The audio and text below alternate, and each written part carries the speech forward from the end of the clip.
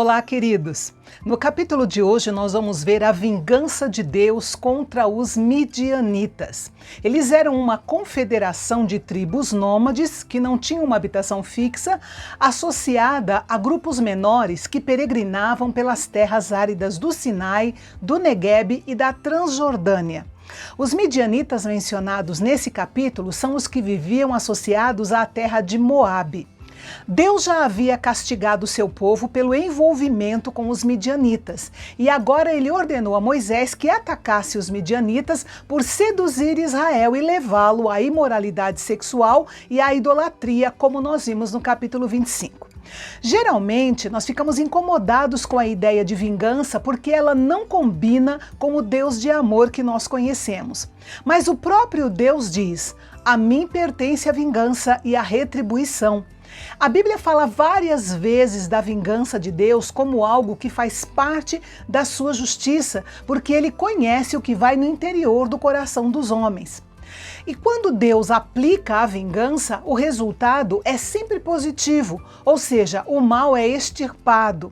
A situação se torna negativa e pode causar sérios prejuízos quando nós nos vingamos com as nossas próprias mãos ou do nosso próprio jeito.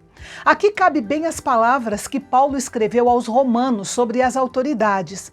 Você quer viver livre do medo da autoridade? Pratique o bem, e ela o enaltecerá, pois é serva de Deus para o seu bem. Mas se você praticar o mal, tenha medo, pois ela não porta a espada sem motivo. É serva de Deus, agente da justiça, para punir quem pratica o mal. Seguindo então a orientação de Deus, Moisés organizou o exército para lutar contra Midian. Ele enviou para a guerra 1.000 homens de cada tribo, portanto 12.000 homens. Supõe-se que Josué liderou o exército, mas Finéias, filho de Eleazar, o sumo sacerdote, também estava lá com os objetos do santuário e as trombetas para o toque de guerra. Lembrando que foi Finéias quem fez a praga cessar quando matou Zinri e Cosbe com uma lança quando eles estavam em pleno ato sexual.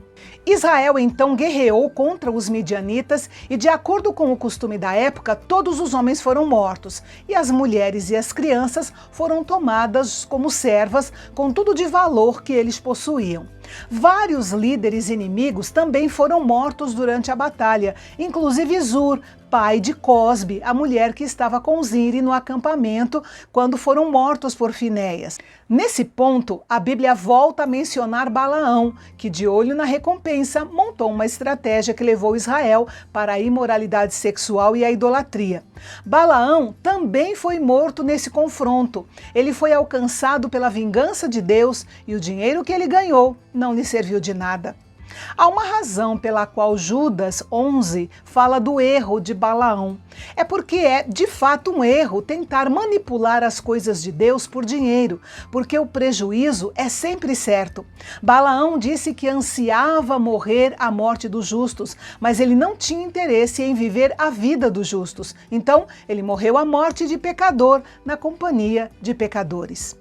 A batalha entre Israel e os midianitas foi uma vitória monumental para o Senhor, pois todos os homens midianitas foram mortos, mas nenhum único soldado israelita morreu no conflito.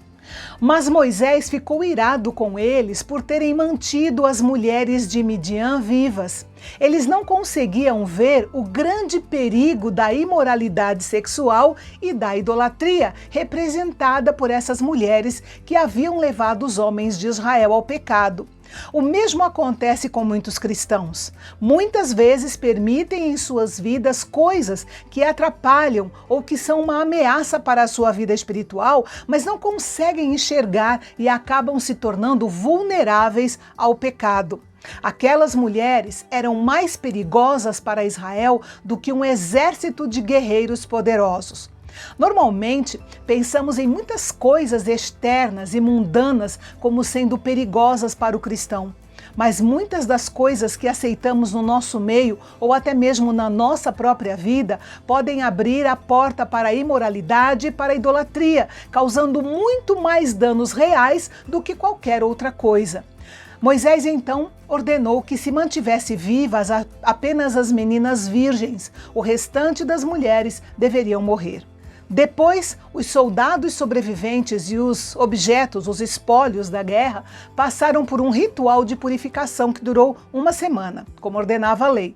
Esse período de purificação serviria para lembrar aos 12.000 soldados e ao povo do acampamento que as nações que eles enfrentariam em Canaã eram perigosas, não apenas por serem inimigas, mas também por serem extremamente pecadoras e que podiam tentar contaminar o povo com o seu estilo de vida pecaminoso.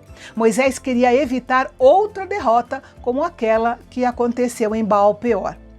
Depois chegou o momento de dividir os despojos da guerra entre os soldados e a nação em geral. Normalmente o despojo pertencia apenas aos soldados, mas Deus mandou que dividisse o despojo em duas partes, uma parte para aqueles que foram para a batalha e uma outra parte para o povo. Uma parte do despojo também seria dada ao Senhor.